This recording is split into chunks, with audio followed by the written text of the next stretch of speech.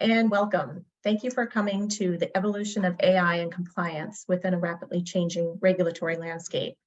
And today, Yasmin and I are going to talk about areas of AI and compliance, such as topics as gamification, crypto, influence, and the new marketing rule, and how these basically can impact from a compliance and AI perspective.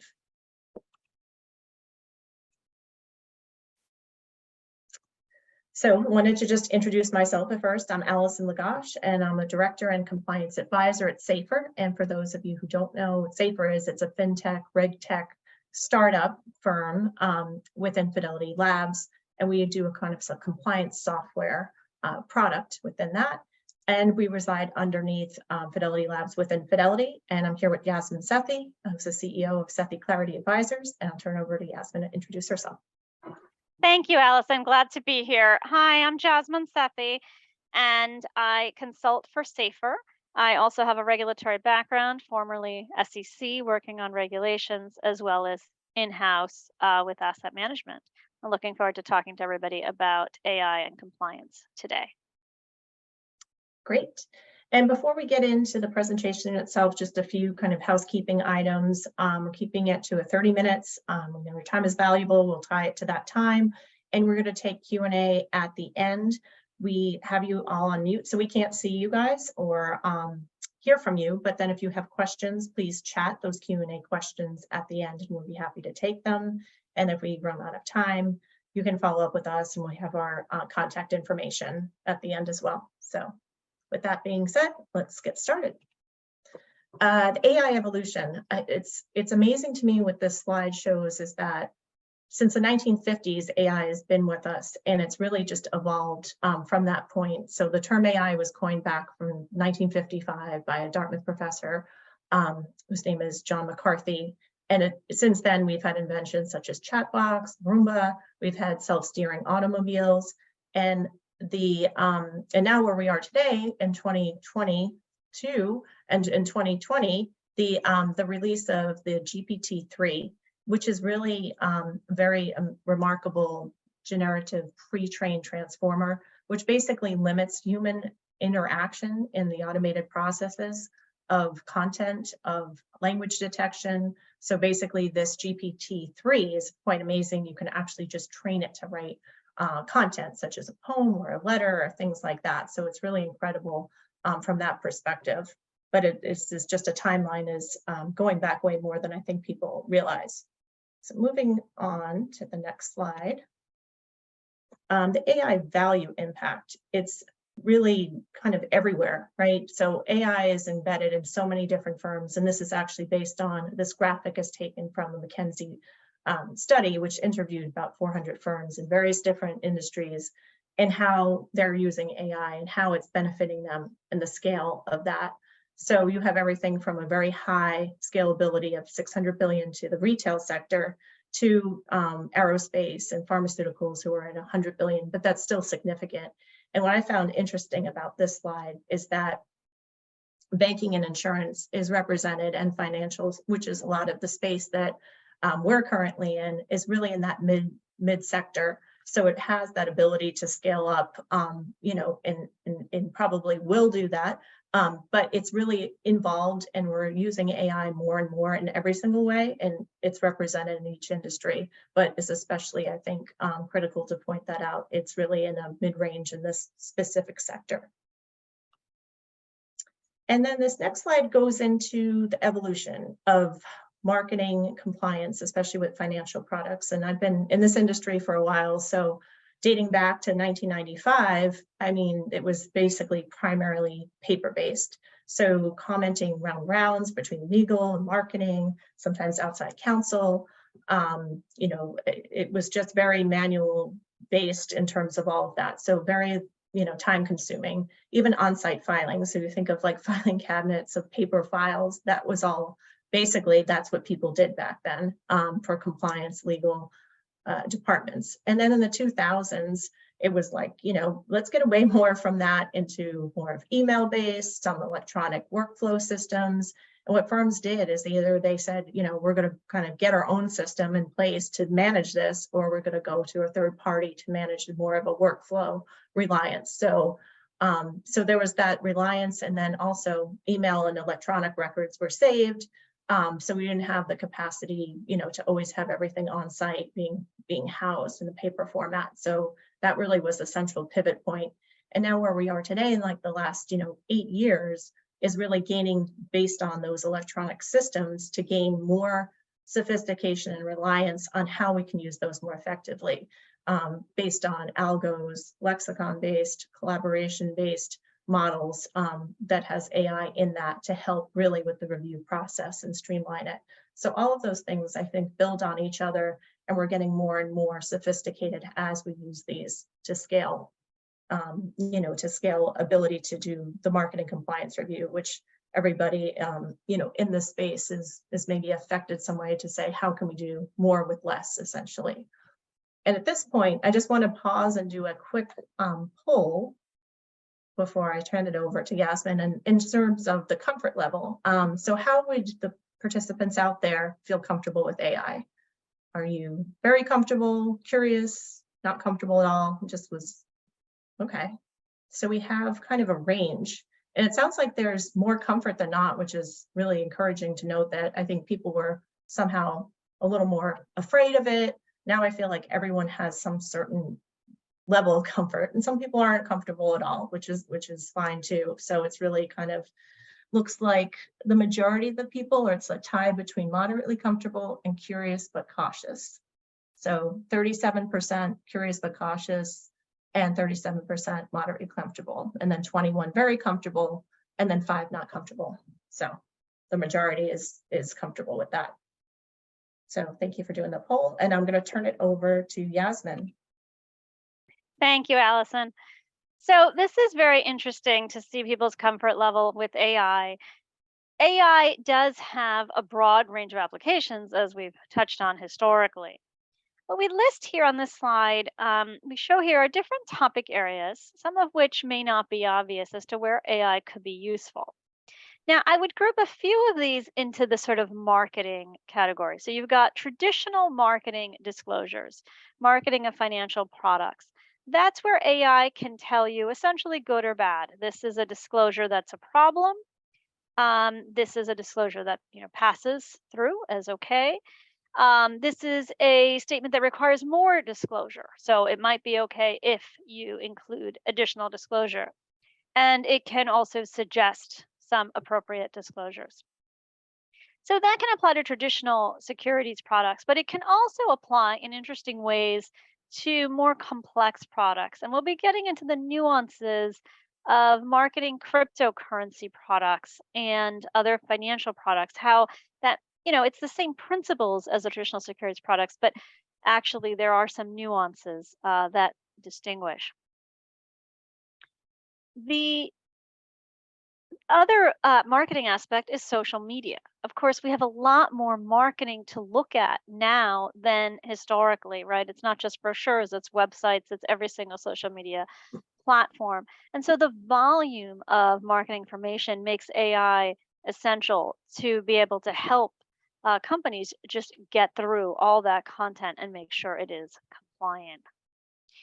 Other areas here that have a different angle, ESG disclosures. We're seeing emerging regulations in that space. And there, it's not so much about marketing. I mean, it could be if you're marketing ESG, but it is fundamentally about, are you doing what you say? Are you saying what you do? And so it could be about having your AI make sure that your words are backed up by your processes. We also mentioned here gamification, gaming apps, trading apps that look like games. There's engagement with the customer once they're on the platform. So it's not just marketing, it's beyond that. And some of that communication, may need to be run through compliance processes. Certainly all of it needs to be compliant, and some of it may benefit from going through AI. And anti-discrimination, that's an interesting one. It's a little bit different because that's one where you can use AI to actually counter some of the human biases. So applying objective metrics in deciding, for instance, who qualifies for credit before you have, a human being involved who may be more biased by demographics and other factors. We all are aware that there are unconscious bias, and the AI can help filter to prevent that. So moving on to Safer in particular, where Allison and I are focused right now, Safer is working currently on marketing disclosures. And what we're doing is we're taking a ton of data. So you can see from the slide just the volume of data, how many years of data, how many different sources of data, okay, from different institutions, different regulatory actions, as well as just a huge range of financial situations, different investment accounts, different sorts of needs. It could be, student saving accounts, health saving accounts, their traditional retirement accounts, just any number of things. We've tried to be very, very broad and very, very deep.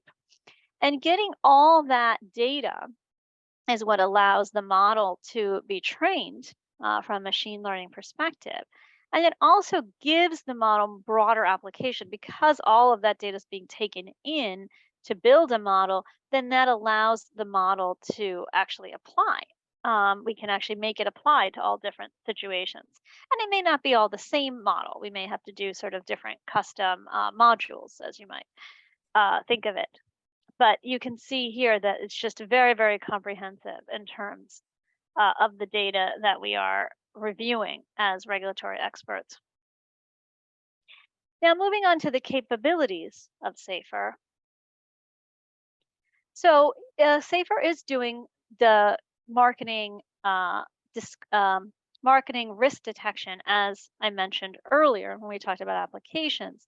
So it can tell you what's compliant, what isn't. It can tell you how to make things more compliant by giving you suggested disclosures. And other things that are in the works, we're looking at images. We're also categorizing whether images are compliant or not. We're looking at audio and video content. We're looking at different language translation, incorporating language translation, incorporating foul language detection. Even though it's not illegal, as a firm, you may not want your employees using foul language in marketing materials. And so you may want an easy way to flag it. And thinking about different customized models, as I mentioned, for all these just so many different contexts of financial products, financial accounts, financial needs, that over time we think that AI will become very, very specific for different needs. And so that's something we're thinking about. We're sort of in the early stages, but that is something that we are thinking about very hard and working on. And I will turn it back to Allison to walk through Safer a little bit more and Great. take us through some other marketing information. Great. Thanks, Yasmin. So this next slide is Safer at a glance. What does Safer actually look like? So you can see here on the left-hand side, there's a dashboard essentially with some content that you can upload. So if you have a marketing piece, advertising piece, you upload it, you kind of hit the proceed button, and from there, the models basically scan that content and they zone in on possible non-compliant or promissory content. Then the highlighted statements that are in kind of a light pink will be highlighted. And then on the right-hand side, it will explain why. So is it exaggerated? Is it not fair and balanced? Is it promissory? And kind of a little bit of an explanation of why that is on that side. So it not only tells you this could be an issue or problem, it says why. So you can really have that decision point from the compliance perspective of saying, okay, this is the model's, assessment, but basically, what do I think? Do I think, do I agree with this statement? Do I not? And it kind of just expedites that process. But basically, there's always that endpoint of the compliance reviewer making that decision point based on the highlighted content. And there's also a section for disclosures. As Yasmin mentioned before, a lot of our work pivots on disclosure work. And that is basically saying what the disclosures should be. It's suggested disclosures, so it's kind of a laundry list of disclosures that the content could trigger those specific disclosures. So that's just to give a little bit of a taste of what SAFER looks like to an end user and how you would kind of engage with it. So from a marketing and compliance perspective, it's very collaborative. So you can kind of go back and forth in real time in this space. And this next slide, I'm going to be talking about more of the regulatory landscape of marketing and advertising rules that we know and the globalization of regulations. So I'll start with kind of the globalization of regulations. Over my career, I've seen so many different, analysis of all different regulations from country level to region. And, while they're obviously all different and nuanced, kind of getting to a trend where companies are becoming more global in nature and the regulations are kind of following suit with that. So I'm seeing kind of a trend of this globalization of regulations, not everywhere, but it seems to be they're more similar than they are different. And there's still, obviously differences there. And then also it's just, the FINRA 2210 is a rule that I feel like is this umbrella rule for fair and balanced content for marketing and advertising from the US perspective. However, that kind of tenet of a content standard base of fair and balanced and representing that is kind of echoed throughout other rules and other regions as well. So therefore, it's kind of this globalization of regulation theme behind that, but it's a very pivotal rule here in the US that we use to basically make sure disclosures are placed where they should to explain, the content and to make everything as fair and balanced as it can be to the end user. The next rule I'm going to talk about is the new SEC marketing rule, which there's a lot of discussion on because it just became effective last week on November 4th. And basically, this is a rule that the SEC recently introduced about, I would say, 18 months ago in December of 2020 and said, we're going to take this rule, and it's a 400-page rule, and it really kind of is a more prescriptive rule of a lot of advertising and marketing. So it's kind of consolidating the rules. It's taking the no action letters that we were just very interpretive before and actually being more prescriptive with how you're presenting anything from, performance advertising to testimonials to there's so much in here. I can't even list out everything of layering disclosures with social media and hyperlinking to disclosing obviously testimonials and how people are getting paid and if there's any conflicts of interest. But it really pivots a lot to the advertising aspect of being compliant and fair and balanced with producing the advertising. So everyone that's registered with the SEC will be under this new rule per se, and even private funds. So it's really opening up the scope of advertising and really being more, letting you do a little bit more with the rule, but also being a little more prescriptive with how you're doing it and how you're representing a lot of what's in that. So a lot in there. And there's actually, just to let you know, we're doing another webinar in January to kind of unpack this rule and explain it a little bit better. So I think that there's more to come on that, and that's worth checking out. And then there's the new areas, right? We have crypto, we have gamification regulations, and everything is changing so rapidly that it takes kind of a while for regulators to kind of keep up and actually develop regulations to give oversight and regulate these areas. So I'm going to pivot that over to Yasmin again to talk through the crypto and gamification area. Thank you, Allison. So what we have here on this slide are actual statements made by crypto platforms or someone somehow trying to get people to engage in the crypto space. And what's interesting here, what's different, I had mentioned earlier, it's a little more nuanced than traditional securities, is that it's not just about the value of the currency. You see some statements here getting at speed, getting at kind of the bandwidth of these systems, the technology, because the technology is so integrally tied to the value of the currency. So when you're looking at comparisons in traditional security space, you don't have that. But in the crypto space, when you're looking at these comparisons, the comparisons of the technology actually could trigger, if you're treating it the same as comparisons under FINRA Rule 2210, it could treat similar concerns about whether those comparisons are fair and balanced and providing enough information. Other things that stand out here are things like trust in crypto. We've seen a lot of claims about trust, which makes sense given the hackings and the lack of regulation. But it also raised questions about, how can you say your platform is trusted? Um, some of these statements look just like what you would think is problematic in the security space.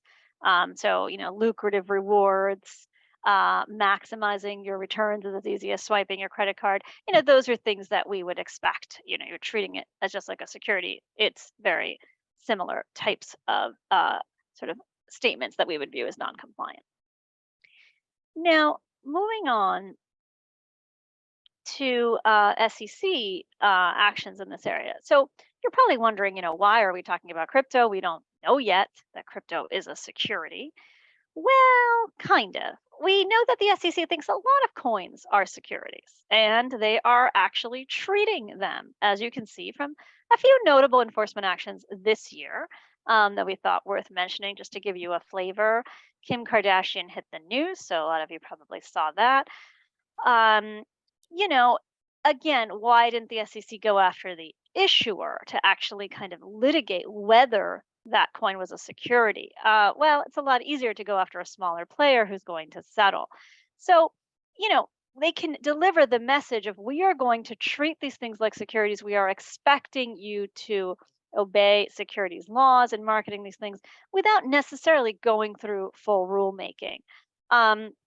It's still to be determined which cryptos are securities. Some may end up being commodities and so forth. But we expect the direction is going in the same as securities, as we can see from these actions. Unregistered securities, okay, insider trading cases, and that's triggering not just SEC scrutiny, but also other regulators and criminal action. And then moving on to the next slide, you can see the graph. We actually took this from Cornerstones. They did this research based on SEC filings, so credit goes to them. But we think this is a very nice sort of indication of how crypto enforcement is becoming kind of slow and steady. It started off barely at all around 2013, 2014. Now it's a steady stream every quarter. So we think that is likely to continue, at least under the current regime. And then going on to gamification, we have just these cool images here. We think they're cool. Badges and leaderboards. These were actually called out. The text here is not real, just so you know, we made this text up so that we did not take this from anyone. But it's an example of something we think would be non-compliant. So I might just make something very clear. We think it's non-compliant under regulation best interest because a lot of trading platforms are broker-dealers. And if they're pushing investors to trade and act in ways that are not in their best interest, then under current regulations, particularly regulation best interest, that would be a problem. The SEC further is looking at whether they want to do a gamification rule. And they put out a request for information last year, and they did specifically call out leaderboards and badges to, elicit comment on whether these could be problematic. So TBD what they decide, but clearly the devil's going to be in the details here. How exactly are different communications and kind of reward schemes utilized in motivating customers?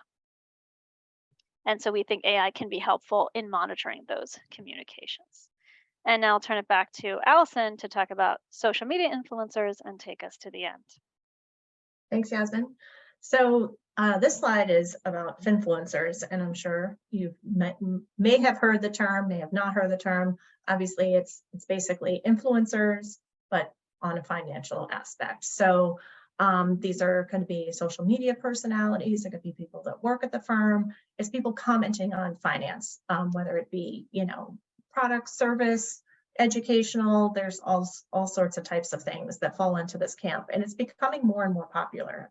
So those of you who are on TikTok, I know my kids are on TikTok quite a bit. It's more becoming kind of a seemingly a trend of this happening. So you're going to see this more and more. And actually, Fidelity is an example of a company who has a TikTok page, and a lot of other big firms such as Fidelity are following suit with similar TikTok pages. And it's interesting because, you know, the TikToks on their pages are very, you know, obviously not product specific, very much educational, but it's like a fun twist on it. So it's really kind of interesting if you like dig into any of these like TikTok pages, or if you want to, you know, do that for your firm. It's a great way, and it's a great vehicle to use. But I feel like, you know, there's a lot of parameters that should be around this content.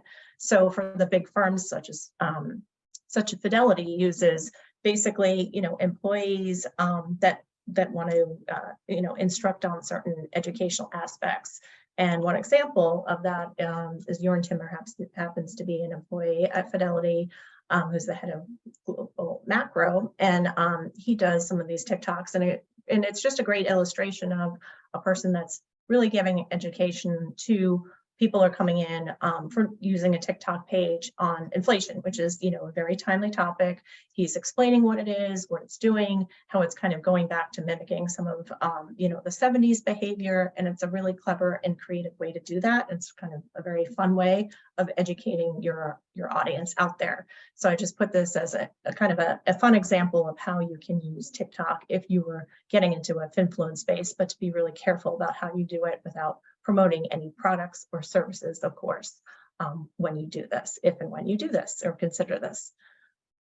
And the next slide has to do with the celebrity influence, which, as Yasmin talked about, Kim Kardashian, and in the SEC, a lot of other people are getting into this space, especially in the crypto area. So it combines, you know, the crypto disclosure, celebrity influence, kind of all in one, the social media space.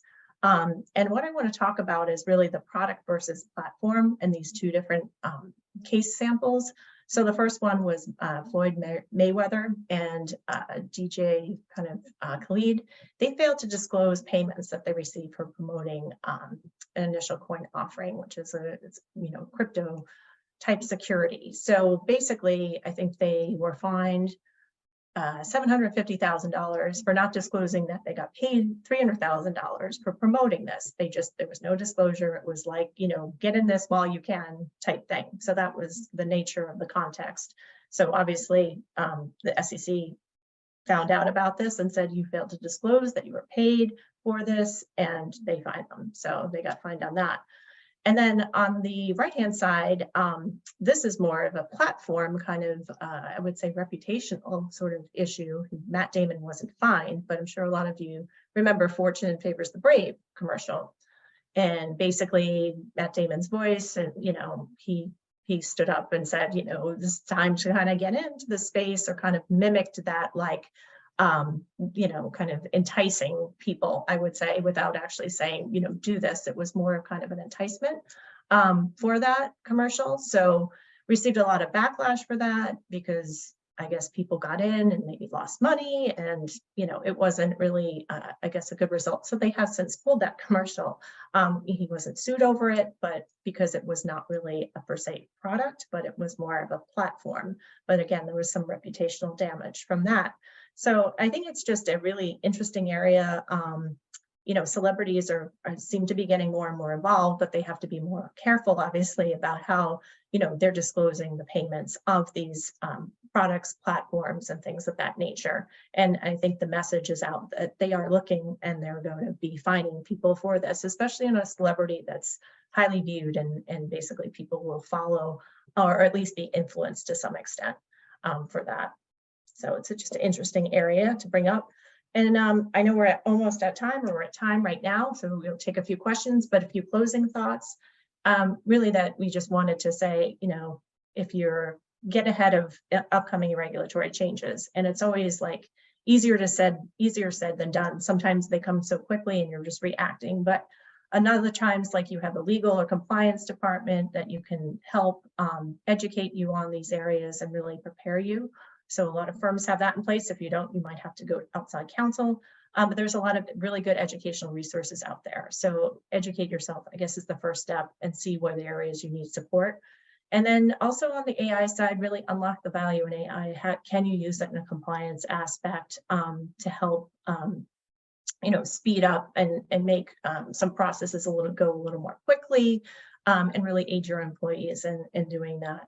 And then also just get smarter how you're using your intelligence of AI, or even if you're, assessing where you could be using it. So I think it's just all about really analysis and getting ahead of regulatory changes that are coming kind of fast and furious, and maybe examining how AI can potentially help.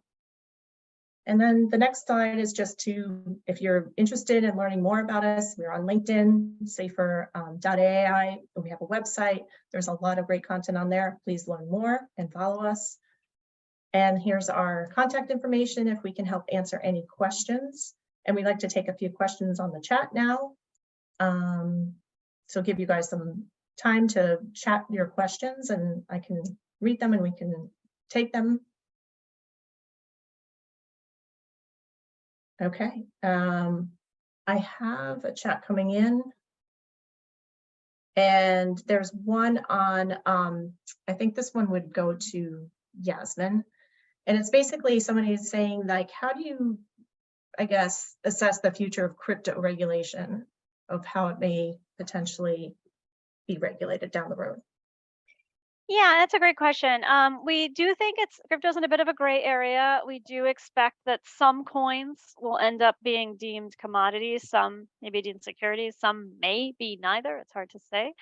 But we know that the various agencies are actively looking at this. The SEC has been actively going after, as you saw from what we showed you, different schemes involving cryptos as if they are securities. So applying all the same kind of securities fraud and securities regulations through that lens. So we expect that to further develop.